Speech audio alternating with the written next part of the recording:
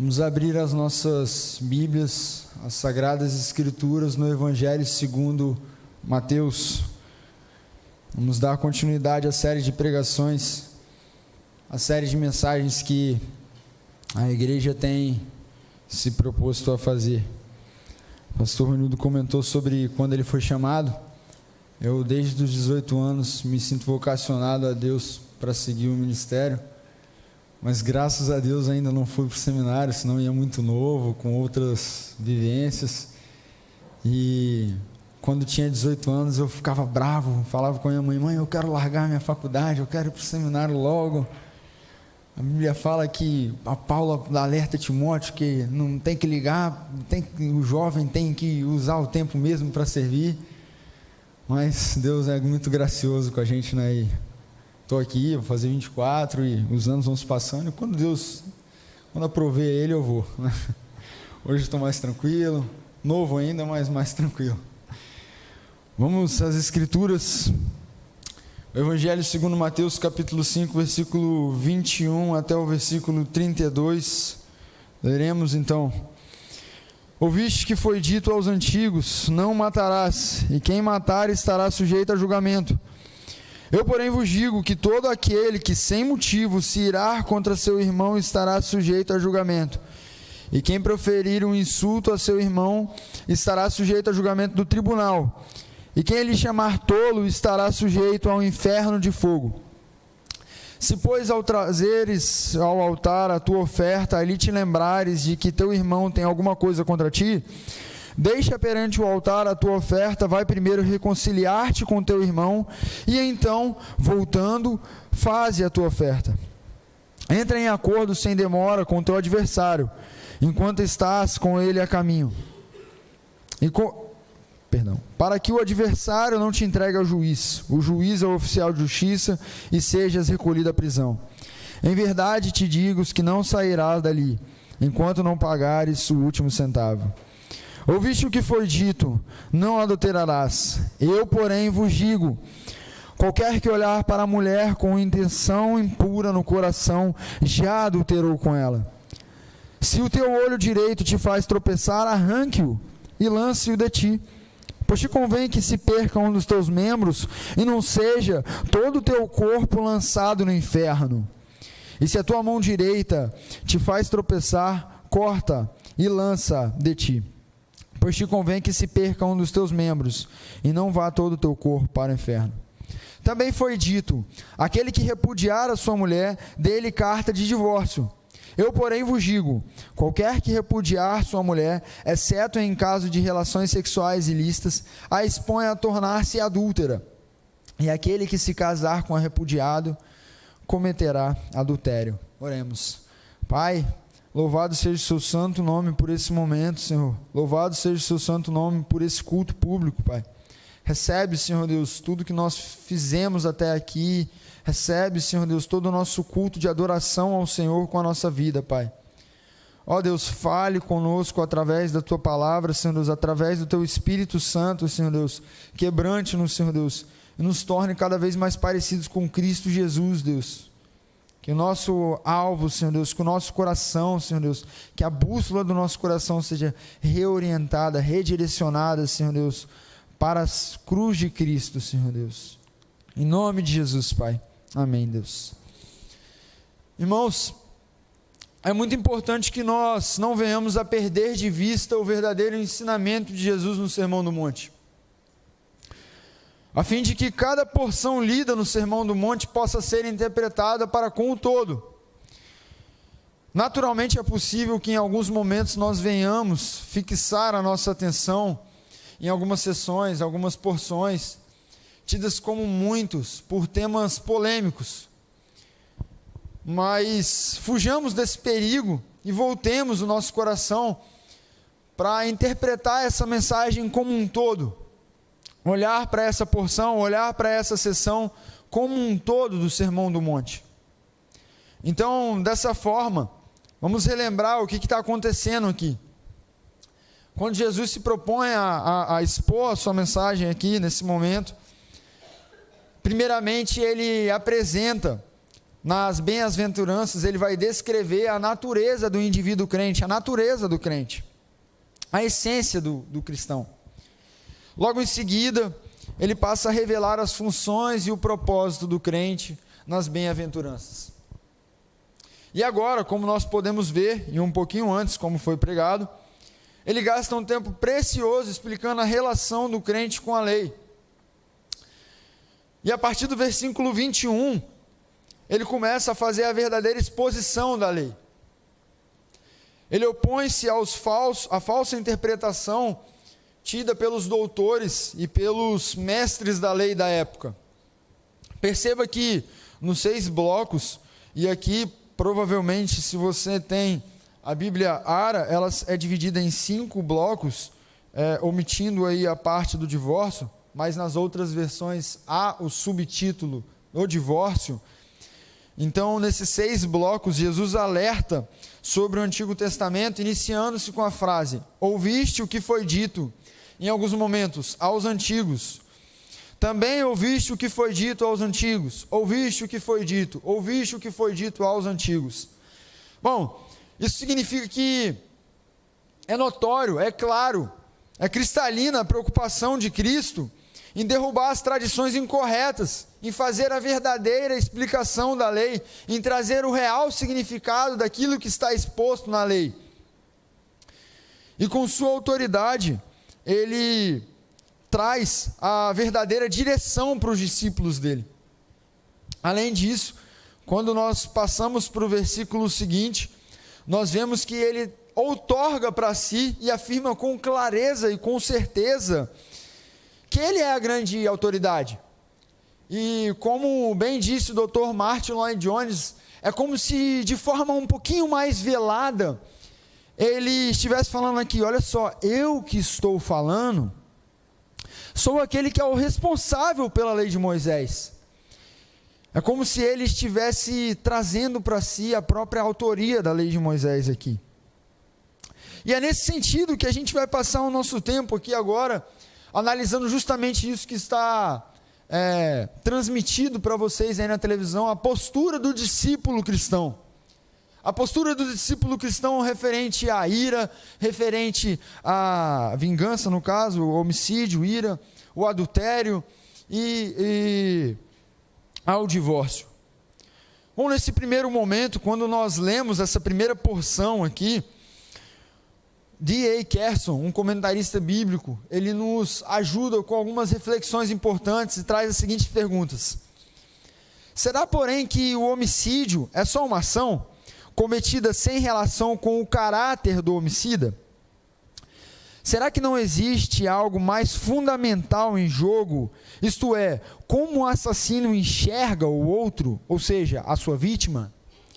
Será que a ira e o furor não são em si próprias condenáveis? Bom, quando nós lemos as Escrituras e percebemos isso no versículo 22, para os antigos a resposta seria não.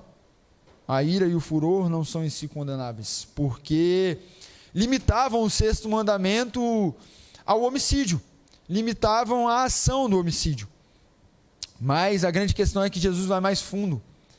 Jesus não se mantém nessa superficialidade e vai mais fundo, deixando claro que o espírito da lei não está ligado propriamente à ação, mas sim à motivação da ação. É natural nós pensarmos o contrário, é natural. Poderíamos pensar claramente como os antigos. Veja, é natural que nós venhamos a pesar a nossa mão sobre uma ação e não sobre uma motivação. Vou trazer como exemplo agora o que diz o nosso Código Penal sobre o homicídio. O artigo 21, no seu caput, está escrito: matar alguém. Matar alguém é um crime intitulado no Código Penal. E o homicídio simples, como nós chamamos, matar alguém, eventualmente há algumas qualificantes, que nós chamamos quando tem alguns aspectos sobre como foi feito, aonde, lugar, enfim.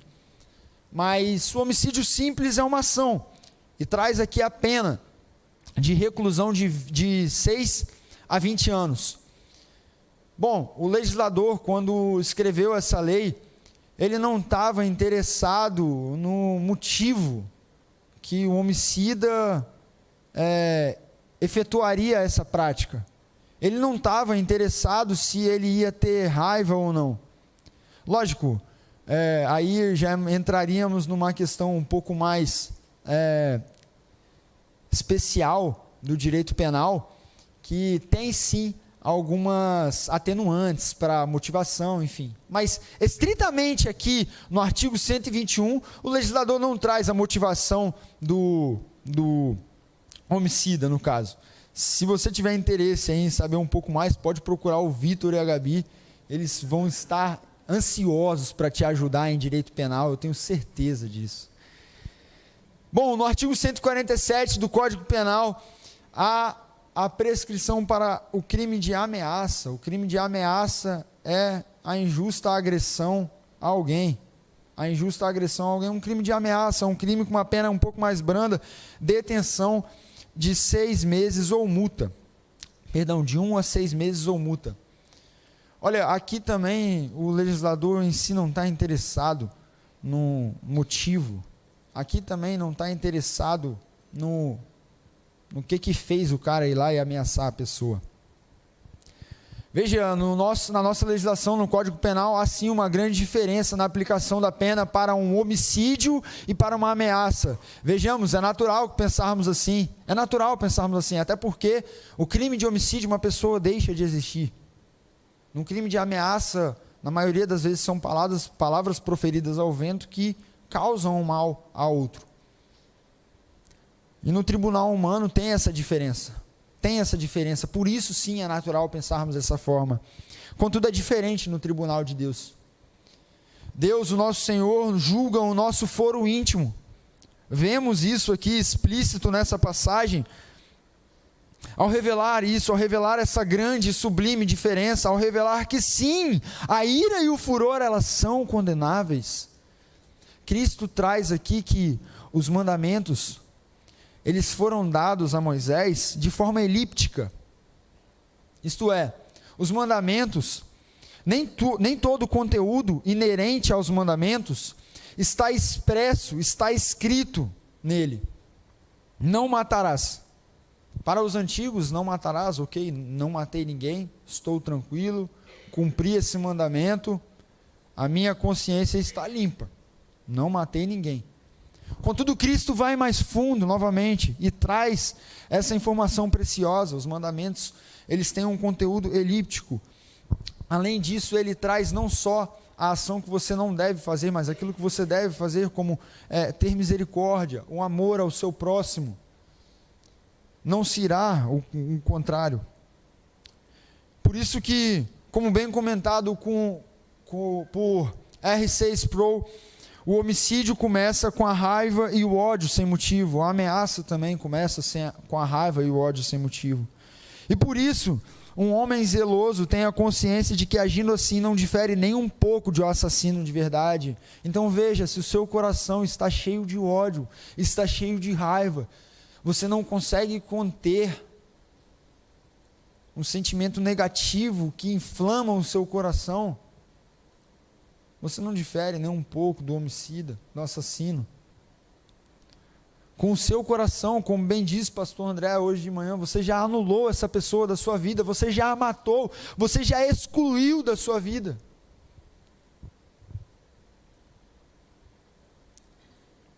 Vemos de uma forma um pouco mais profunda isso, ainda no versículo 22, quando Jesus traz que aquele que chamar de tolo estará sujeito ao pior dos julgamentos, o inferno de fogo.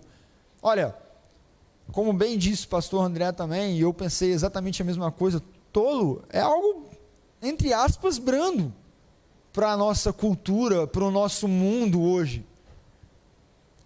Você pode, poxa, já ouvi tanta coisa pior, né? Já pensei tanta coisa pior, né? Ou até mesmo já externei tanta coisa pior. A questão aqui é que a palavra no original é a palavra raká, é um insulto em aramaico, e esse insulto em aramaico traz uma conotação que essa pessoa ela é desprezível. Kerson, também comentando sobre esse texto, vai afirmar que é como se essa pessoa, ela não valesse de nada, ela não fosse literalmente nada, ela fosse uma pessoa vazia, oca por dentro. Raká, você é oco por dentro. Pastor Hernandes traz um outro significado para essa palavra, que seria: eu cuspo em você. Veja, junte essas duas: você é vazia, você é oco por dentro, eu cuspo em você.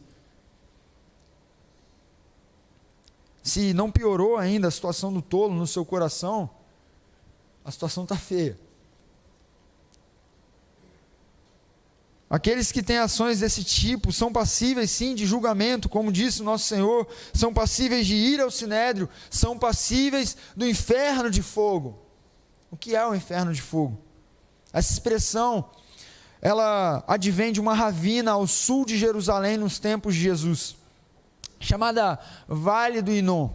E nessa ravina, Vale do Inom, as pessoas iam até ela e atiravam o lixo da cidade inteira era atirado ali, e o fogo dessa ravina não se apagava, havia um ardente fogo queimando e não se apagava. Então veja, a Gina, o nome grego desse local, se tornou o símbolo do castigo, o local onde contém todo o lixo da cidade, onde o fogo não se apaga, é o local onde aquele que chama o seu irmão de tolo, onde aquele que se ira contra o seu irmão, está passível de ser julgado. É o símbolo do castigo futuro. E durante toda essa exposição, durante toda a leitura desse texto, você pode ter pensado: mas Jesus não se irou? Jesus não se irou em nenhum momento? Sim, Jesus irou-se. Jesus irou-se. Jesus se irou quando o comércio era praticado no templo. Jesus também se irou quando os fariseus procuravam algo de errado na cura ao sábado. Certa feita, Jesus dirigiu-se aos escribas e aos fariseus, chamando de insensatos e cegos. Mas, espera aí, Murilo, então, será que Jesus não está sendo incoerente com isso? Será que ele não está sendo hipócrita? Muito pelo contrário, meus irmãos, muito pelo contrário. O espaço revelado para a ira aqui, em que o nosso Senhor nos orienta, é a ira contra o pecado, contra a injustiça. O grande problema é que nós nos iramos facilmente contra as ofensas pessoais.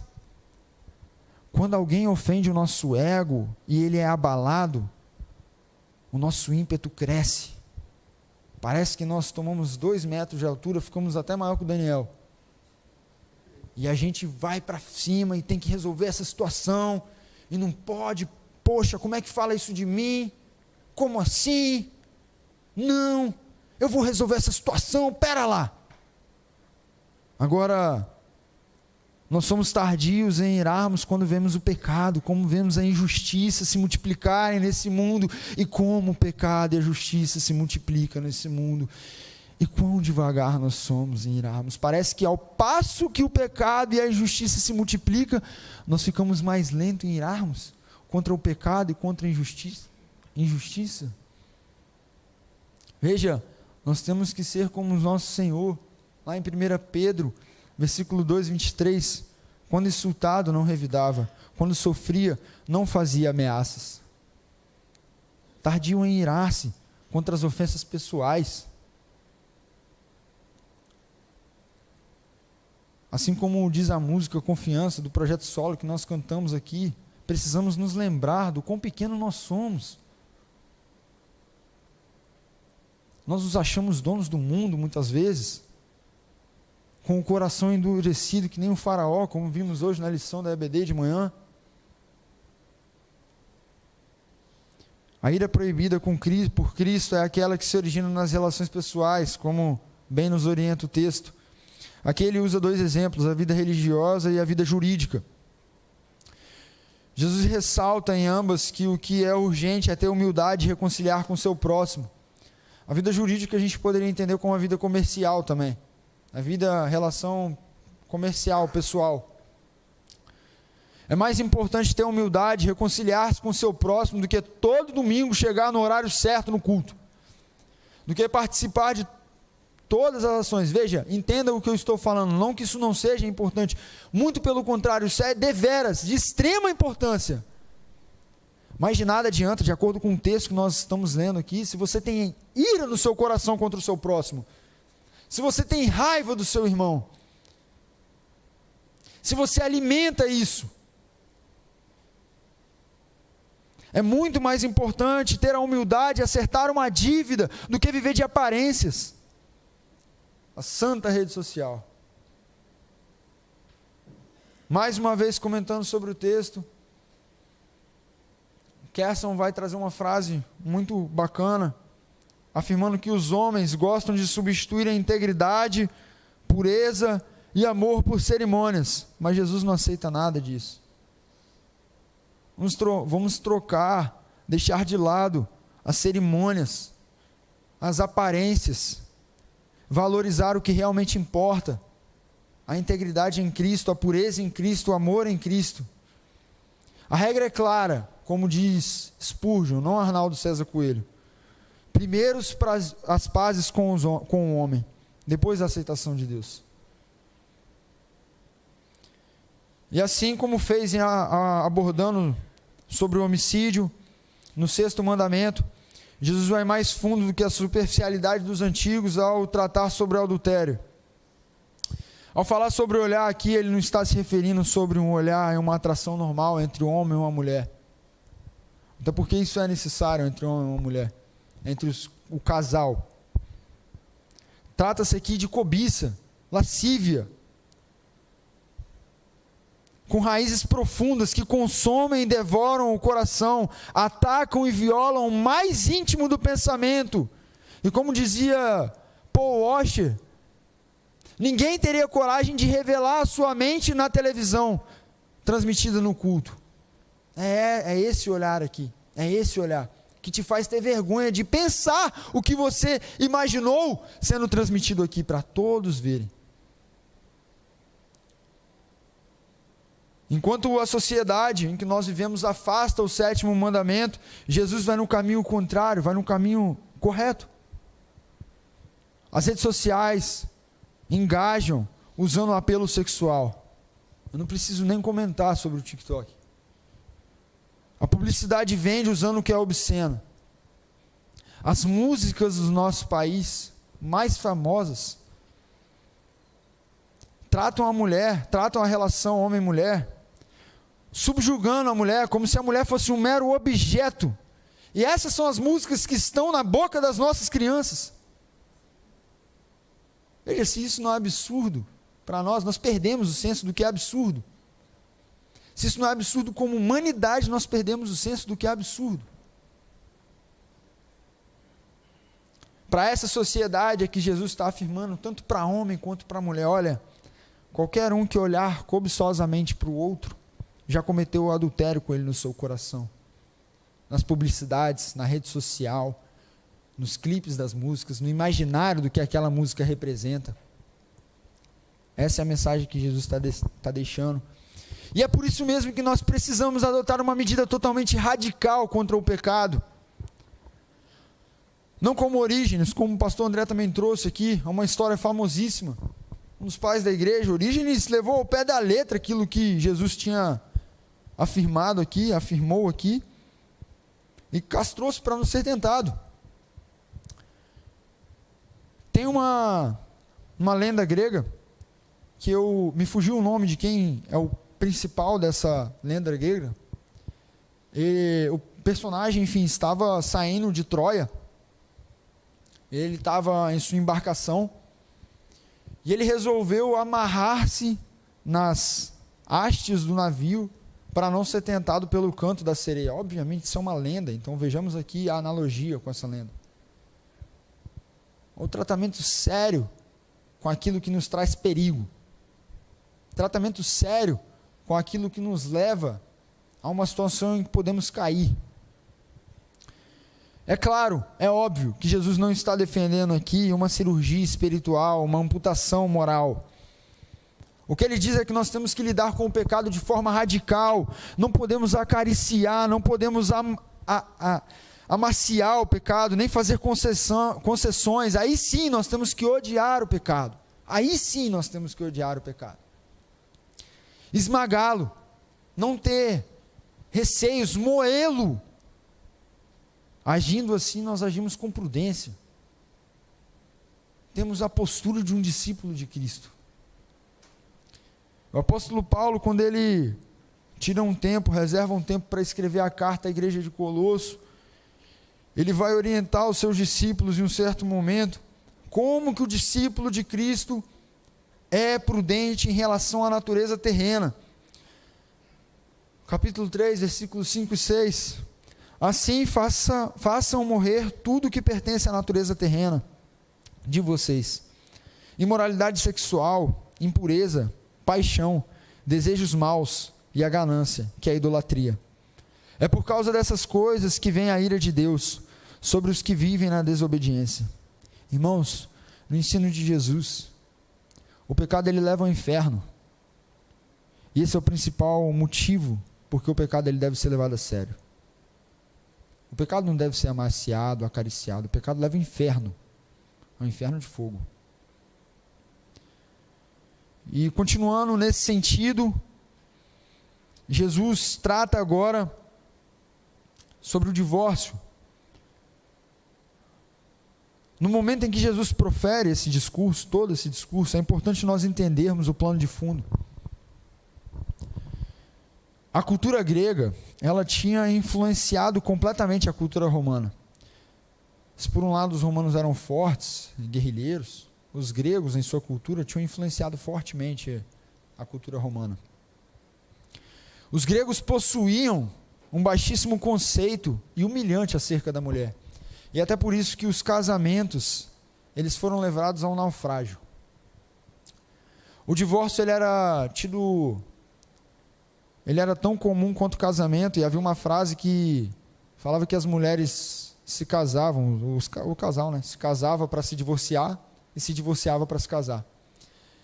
Havia um grupo de mulheres. Essas mulheres, elas eram um grupo reconhecido na sociedade. E esse grupo, ele era um grupo de mulheres que eram amantes de homens poderosos da alta sociedade. E nesse contexto aqui, os rabinos, eles eram totalmente complacentes com o divórcio. A escola mencionada hoje pela manhã, pelo pastor André, é a escola de Hillel, uma escola famosa, onde esse rabino tratava a questão do divórcio como uma questão muito liberal. Para ele e para os seus seguidores, o homem podia se divorciar da mulher, podia dar a carta de repúdio por qualquer motivo. O motivo mais banal, reconhecido, é que o homem podia se divorciar da sua mulher por ela ter servido uma comida queimada para o seu marido, ter servido uma comida a contragosto do seu marido. Era um motivo plausível para o divórcio. E eles usavam como base o texto de Deuteronômio 24:1, trazendo totalmente para um contexto que lhes aprovia, para aquilo que eles bem queriam, uma interpretação mais aberta, bem liberal. Jesus, no entanto, não permite sofismas e volta para o princípio para corrigir esse pensamento e realinhar os pensamentos e a postura do discípulo cristão. Olha, o casamento, ele não é uma instituição humana, o casamento é uma instituição divina. Deus fez o homem e a mulher e eles foram unidos para não se separarem. O casamento foi estabelecido por Deus. Nesse mesmo sentido, no capítulo 19 de Mateus, Jesus vai orientar que um homem e uma mulher se unam e sejam uma só carne. E dessa forma, o que Deus uniu, o homem não separa. Deus não criou o casamento para o divórcio. Contudo, se assim permitiu na lei mosaica, o motivo está totalmente ligado a alguma natureza repulsiva e pecaminosa do coração humano. Do coração humano, não dos hebreus, do coração humano é meu e seu também. Natureza pecaminosa e totalmente repulsiva. Eu me casarei em breve com a menina mais linda dessa igreja. Falei da vez passada, não posso deixar de falar sempre.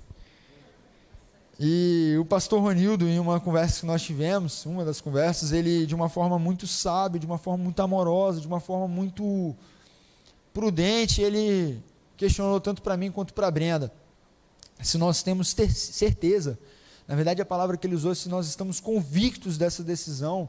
Pergunta necessária, pergunta importante.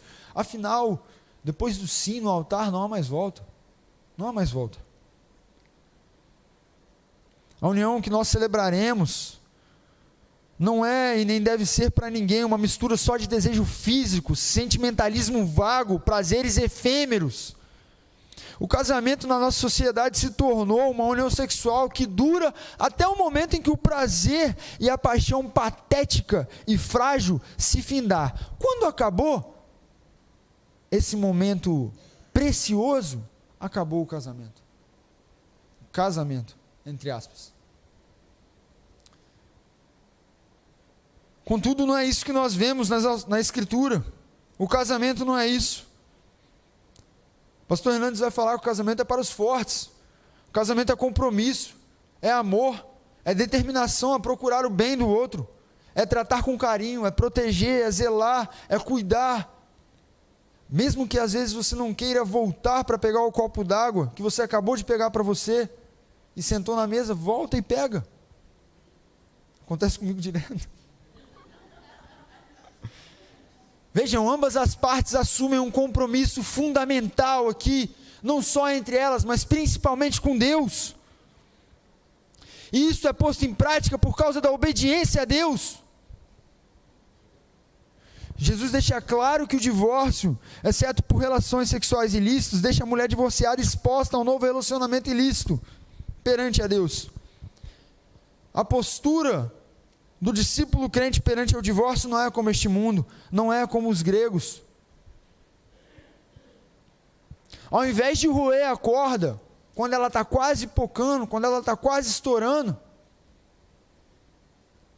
quando a situação está difícil, aí mesmo tem que sentar para se alinhar, para conversar, para entender, resolver os desentendimentos, viver em harmonia com o seu cônjuge. Afinal, como disse Bonhoeffer, a aliança sustenta o amor, não o amor sustenta a aliança.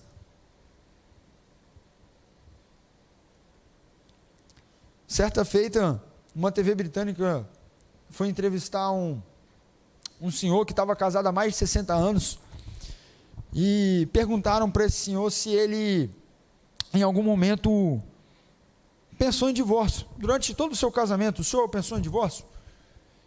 De uma forma espantada e assustado, ele respondeu: divórcio?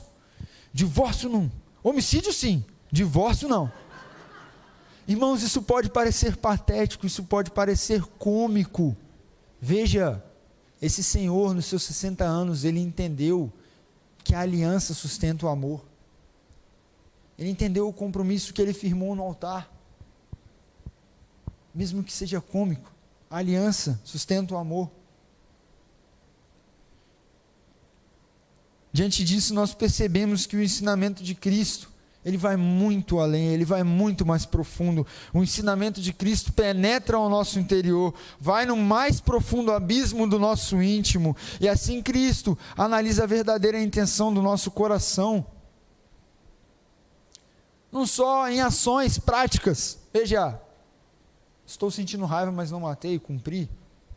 Olhei, mas não efetuei o ato. Não adulterei. Cristo analisa a verdadeira intenção do nosso coração. O verdadeiro discípulo de Cristo não se amolda ao padrão deste mundo, mas deixa ser transformado pela renovação da nossa mente através do Espírito Santo de Deus.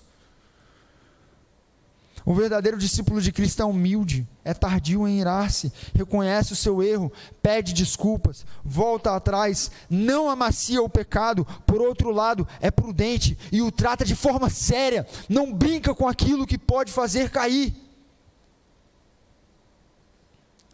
O verdadeiro discípulo de Cristo segue firme o compromisso que fez com Cristo, com Deus. Como tem sido o seu coração? Tem sido humilde nos últimos tempos? o seu ego tem falado mais alto, você tem se irado facilmente, tem guardado rancor,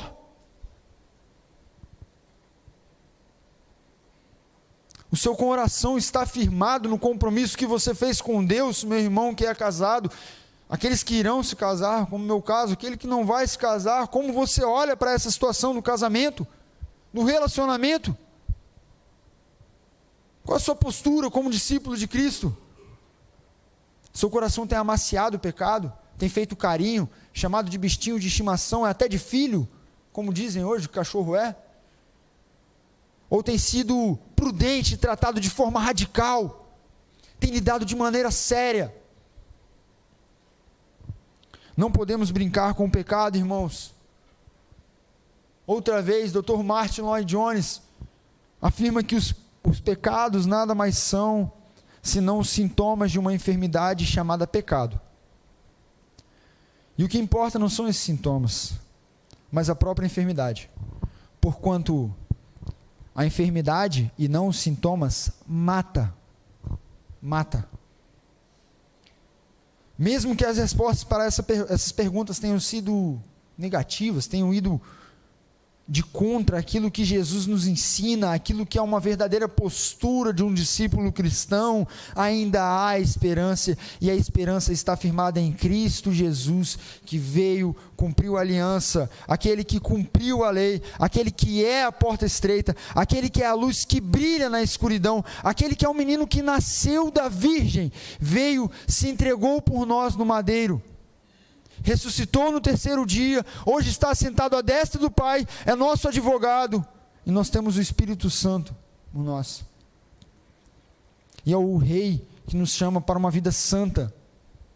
Mas como tem sido a nossa postura perante ao pecado, como tem sido a nossa postura perante a lei de Deus? Entenda, a lei de Deus não são só os 10 mandamentos. Timóteo vai falar que a palavra de Deus é boa instrução para o crente, que ela é o nosso manual, é aquilo que nos orienta. O salmista diz que é luz para o meu caminho. Qual tem sido a luz para o teu caminho, meu irmão? Qual tem sido a luz que tem iluminado o teu caminho? Que a luz que ilumine o seu caminho seja daqui até as escadas da morada celestial, a luz da palavra de Deus, para que você possa repousar todos os dias na certeza de Cristo Jesus e tudo que nele está contemplado.